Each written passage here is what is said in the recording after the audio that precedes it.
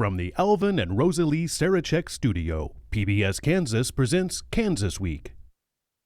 Republicans win big across Kansas and the nation. Tonight, we analyze the results of the 2024 election, discuss what's behind this GOP red wave, and consider its impact on the economy, education, and other aspects of life. Join us for Kansas Week right now.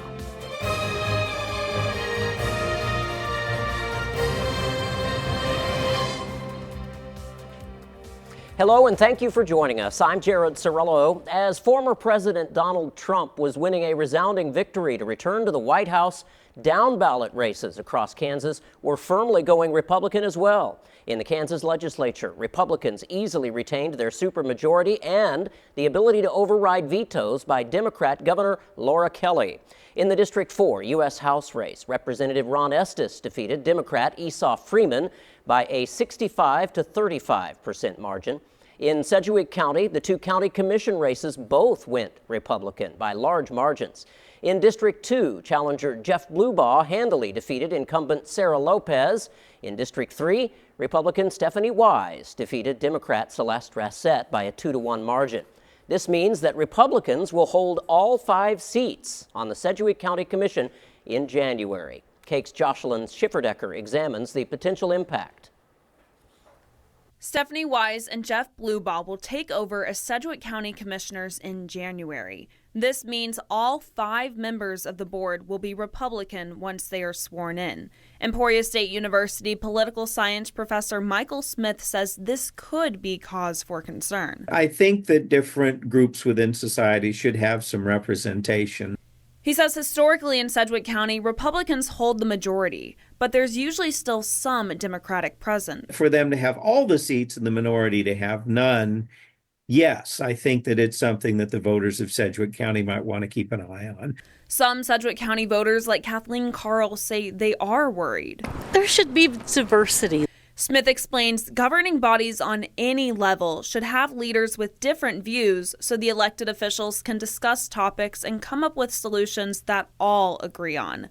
But he says just because the board will be fully red doesn't necessarily mean they will all think the same way. Just because all members of a caucus are from the same party doesn't mean they always agree. Kansas has a long history of moderate and conservative Republicans often disagreeing with each other. He says in these times, the Democrats have been able to break ties. This isn't the first time every seat in the county's board will all be held by Republicans. The county says the last time was in 2018. It doesn't matter which party it is. One party alone often doesn't run government well because it's harder to hold them accountable. That's why Smith thinks people in Sedgwick County should pay extra attention to the new board's decisions and learn what it does if you don't know. He says local government really impacts you So more. day to day, your law enforcement, your road repair, bridges, grading roads in rural areas, all of these fall to the local government. And here to help analyze the 2024 election and its impact is Sedgwick County Republican Vice Chair Patrick Penn, Cake Senior Political Reporter Pilar Pedraza, and Director of the Wichita State University Elliott School of Communication, Jeffrey Jarman. Jarman also ran for State's Board of Education in Tuesday's election. First off, thank you to all of you, and thank you for running for a seat as well. It takes a lot of people to step up and run for these seats. Patrick Penn, I'm going to start with you since you're the Republican at this table. What does this mean for Sedgwick County? I assume you think this is a good move for Sedgwick County, that our county commission is now going to be full Republican, no Democrat on the board. Well, I think that it's a resounding victory. I think that the people have spoken, and not only did they speak, they shouted. And we couldn't be more pleased with the results. That leads us to a mandate. But I think that the temperament of the Republicans, at least here at the county, as I've talked to some of the commissioners, is not to spike the ball or do an end zone dance or anything like that. We see it as an opportunity for us to show you the benefits of good Republican governance. All of the things, all of the issues that the county commission handles, I think that they are dead set to make sure that the way of Kansas life here in Wichita and in Sedgwick County reflects the best values and also bipartisanship as much as they can achieve that with people being reasonable on a host of issues that we can talk about. Yeah. Jeff Jarman? Yeah, the commission has been either 3, 4, or 5 Republicans. It's not like we all of a sudden have a shift in who controls how the county commission will be run. I think the idea that it's 5 instead of 4 is not as great as maybe the package let on. But Patrick is right about this. County government, the Sedgwick County government in particular, provides lots of really important services, roads, infrastructure. That's always going to be a need. Most of our property taxes are going to fund our public schools, so that's not really a place where they can make cuts. The question is on some of the cultural and other issues. And, those are only a very small part of the county budget. There's not as much room to move, I think, as people would like if the goal is to reduce property taxes overall. And Pilar, some of the things that he mentioned, like those cultural arts and some of those lower budget items, for lack of a better phrase, the county commission has in the past couple of years talked about raising a sales tax instead of using a property tax to pay for some of that. Will this all Republican board go along with that, or do you think we'll hit some snags on that? I don't see them making major changes. This is a thing about your county and city elected positions. They're much more conservative in what they do. They don't make drastic changes as much as you might see at the state or federal level. And in fact, I would argue whether they should even be partisan races at all. Because honestly, if you look at the Sarah Lopez-Jeff Blubaugh race, nothing against Jeff Blubaugh. He did a fine job on the city council, will indubitably do just as good a job on the county commission. But Sarah Lopez, she came in, she was on here for 2 years. She got kudos from both sides of the aisle. She had folks, David Dennis was supporting her race, other Republicans who were supporting her run for re-election. If this were a non-partisan election, she probably would still be on the commission. And nobody has argued that she hasn't done a good job. There have been very few complaints other than, yes, during the pandemic, some people didn't like some of the decisions that she was involved in. But most voters have left pandemic concerns behind. We all recognize that was a once in a lifetime situation. Patrick? Yeah, hopefully it's once. Pilar mentions... Yes, please. Let it be once in a lifetime. Pilar mentions getting away from partisanship. The city council, the current Wichita City Council, are nonpartisan races. Should we make the Sedgwick County Commission also nonpartisan? Well, I say you leave that to the people, put it before them, and let them decide. I think we are always best when we have the consent of the governed. I think one of the biggest things that the county commissioners and the guests here around the table have brought it up, when we're looking at property taxes, how to bring that down. I do believe that the Board of County Commissioners wants to partner with the legislature at the state level to try to figure out ways to bring down some of that some of those costs, if you will, as far as the funding for cultural types of things like the Exploration Center and the zoo, those types of properties, and see if there's a way to alleviate some of that stress and pressure. So we look forward to talking with them in the new legislative session as well. Yeah. And Jeff, one last comment from you. Do you think we'll see some movement on this issue to raise a sales tax instead of using a property tax now that the board is all Republican? I think the important thing that the county and the legislature always deals with is that the question is, what services do we want to fund and how will we fund it? Shifting a tax from one tax to another, it still has to be paid for. We have to decide what we want as a community and then find the resources to invest. Yeah, all right. Tuesday's election gave conservative Republicans control of the State Board of Education as well. And Pilar Pedraza shows us why some educators fear that could lead to controversy and teacher shortages. Okay, I have all these grandchildren and I want them not to be indoctrinated away from, their faith. That's why Debbie Potter of Garden Plains said at a campaign event she wanted to join the Kansas Board of Education.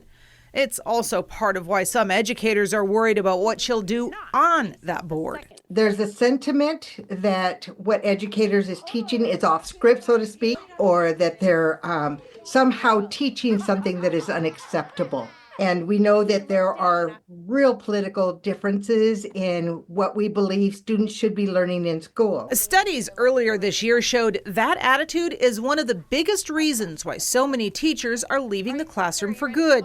The other is low pay. The National Center for Education Statistics found Kansas had the second highest rate of teachers leaving education in the nation. We've got a shortage of 2,000 teachers. That's pretty scary. Our kids deserve better. Samantha Neal is an English teacher in Kansas. She says her biggest fear is Kansas following the lead of places like Florida and Oklahoma. Like Oklahoma is going to spend about $6 million putting a Bible in every classroom. Religion is important. I also know that $6 million is a lot of money when we're looking at education and the needs of kids. Neal hopes the new conservative majority will work with teachers and other educators to figure out what's best for kids. I would hope that there would be a support for maintaining quality public education. A support groups like the KNEA, Kansas Teachers Union, say is necessary to keep the teachers we've got and fill those 2,000 empty teachers' desks here in Kansas. And Pilar, it was your story, good story, by the way. I'll start with you. Are we suggesting that teachers are unhappy with state government? Teachers are part of the electorate, and the electorate put Republican people in these seats. Are we suggesting that teachers aren't happy with the results of state government right now? Am I suggesting all teachers aren't? No. But I will say that while I spoke with one teacher who was very careful in the concerns that she raised on camera, the teachers that I spoke with off camera, dozens of them, they were afraid to speak on camera because they were afraid of backlash. They were much more concerned, much more verbal in their concerns than Samantha was, worried that there would be more increased attacks on teachers, et cetera. And my experience, and I'm going to put on my teacher hat for a moment, because those who know me know I'm also a veteran classroom teacher. I know more Republican teachers than Democrat teachers. There's a lot of attitude out there that I hear from just folks on the street when I'm talking to them, that teachers are all Democrats, they're all or communists, and they're trying to brainwash kids in the classroom. And I'll tell you, that's not been my experience. My experience is there are many more Republican teachers than there are Democrat or any other liberal group in the state, just like every other electorate or voter group you can think of. You know, teachers are reflective of the areas that they live in when they're locals, which is most Kansas teachers. They're locals. They grew up in Kansas. They follow the same trends. But because of kind of an overall cultural attitude right now, that teachers are these liberals who are trying to brainwash our kids and turn them into these communist automatons who have no free will, there's almost an antipathy and increasing hatred toward teachers, kind of like there is toward journalists right now, that is chasing them away from the business. And they are very afraid that they're going to lose more teachers. And we're approaching a cliff when it comes to the amount of teachers that we don't have in the state that we desperately need. Patrick Penn, you've serving in the legislature right now. What do you think of Pilar's comments? Well, I would say that I appreciate the comments, because I do tend to agree with her. At least in House 85th District, I've met a lot of fabulous teachers who don't talk about their political affiliation, but they are receptive to my message. They voted for us, and that's how we won overwhelmingly on Tuesday night. That said, I also moonlight as a legislator, so as you said. So we've done a number of different bills in the legislature to show that we have the backing and the back of our teachers, our parents, and our students here in Kansas. As the governor pushed out on October 13th, I think it was, at about 12:39 p.m., she says that she's fully funded education for every year that she's been governor. That's 5 going on 6 years. And we have been that part of that, because that's how she signs off on that bill. It has to come from the legislature through the House and the Senate so that she can sign it into law. So for everyone that had it on their palm cards that they fully funded education, they weren't lying. We've done that. But you hear a lot of, as you said, the antipathy going about the teachers and everything. I wouldn't say that writ large teachers are the problem. Honestly, I don't think that people who put all of their love, care, and affection into the molding of young minds and taking care of kids the way that they do so expertly deserve that type of vitriol. What I would say, though, is that there are some out there, the loud ones on the margins, who do get all of the attention. And those might be the ones that they might want to go and have a conversation with and say, you need to tone that down, dial that back, because there is proof out there. It's all over the internet And maybe that's the thing that's actually driving voters or legislators to say there might be an issue here. But all that to say, the legislature is fully supportive of our public school education system. We believe in choice. As Republicans, we believe in choice, that everyone, every parent, not because of your zip code or your pocketbook, should have the opportunity to get your children a world-class education. So that's something that we are going to continue to fight for, so that kids can actually learn in the way that they need to, and hopefully, Kansas will be a better place for it. Jeff Jarman, chime in here. What do you think? Yeah, well, I want to echo and repeat and applaud Patrick for comments about how great our teachers are. I've met a lot of teachers across my district and the state as well. The overwhelming majority, and I think we agree on this, are absolutely working hard every day, and we need to remember that. To go back to the question of the state board, though, I mean, we do face two big problems in the state right now. We have a shortage of teachers and staff all throughout our buildings, and the state board and the legislature need to work together to help design programs to remedy that. We also have an achievement problem in this state, and we have to figure out how to do that, and that will require some hard work on the part of the board. The real risk, and that the package alludes to, and that we know now, that state board is now has more conservative members on it, and they can do things like vote against at-risk dollars, vote against funding for homeless students. The real question is whether those protest votes over the last year become real votes taking funding away from those districts. That's the pressure that board now faces. Yeah, and there has been for many years this argument that schools have not been funded enough. It's been largely a partisan, political driven argument. Do you think we're going to go down that road again? Well, look, the important thing, and this is the key, it is great. Funding, the courts have agreed, funding now is constitutional. The question is going forward. The concerns, I think, and this is for another show probably, whether the choice issue that Patrick Penn is mentioning will cause us to slide backwards on total funding for public schools. That will be the challenge the legislature has, how to continue to support public schools if they expand school choice. Yeah. And whether expanded school choice, as we've seen in other states, will benefit 70+% kids who are already attending private schools and leaving public school students in the dust. Well, and before we get off of this, I do want to make clear, COVID, as we said, once in a lifetime, was an extraordinary opportunity for parents to see what is happening in the public school system. It got us eyes on to exactly what is happening in the classroom, and a lot of parents were not happy with it. Now, as for my constituents, they want school choice. Everyone that got on the ballot here this past Tuesday, they were open and honest about, as you said, their votes and everything, their voting record.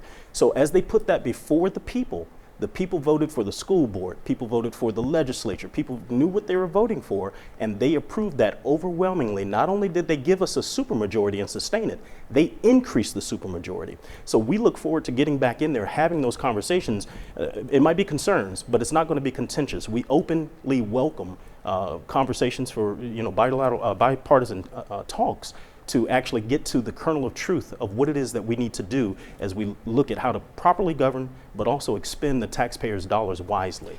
I will argue one point about that is that, and I'm speaking specifically about the State Board of Education candidates, they did not all openly share their stances, because we tried to speak with every State Board of Education candidate within our viewing area at CAKE. We also tried to speak with every federal U.S. Congress candidate in our area. We had no problem with the U.S. Congress candidates. We got all of them. And yet we did not get the two most conservative State Board of Education candidates. One just said, I'm not talking to the media at all. The other one, I didn't hear back from her, I didn't hear back from her, I didn't hear back from her, and then finally was told that there had been some family emergency and she wasn't going to talk to us. And this was phone calls, emails, knocking on doors, trying to get people to talk to us. Okay. So some people were not, they left their website up there. And that was, really the only exposure people had to where their stances stood. There was no option to question them. There's no option to, plumb deeper. And as somebody who covers politics and is a firm believer in open discussion, as my presence with this show would show, that really troubled me as an individual.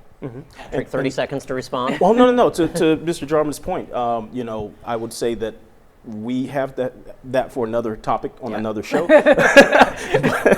But I do know that, if past is prologue, media, not you in particular, but media writ large, does not always give us a fair shake. So people may be, if you look at this past election season and some of the hits that have happened in the media, distortions of people's records and words and everything like that, I can imagine why people would shy away. But again, that's why I say we welcome open dialogue to get to what it is that the people need. All right. Moving on to our last story of the day, Kansas, now surrounded by states that allow the sale and use of medical marijuana. That's after voters in Nebraska approved it by an overwhelming margin.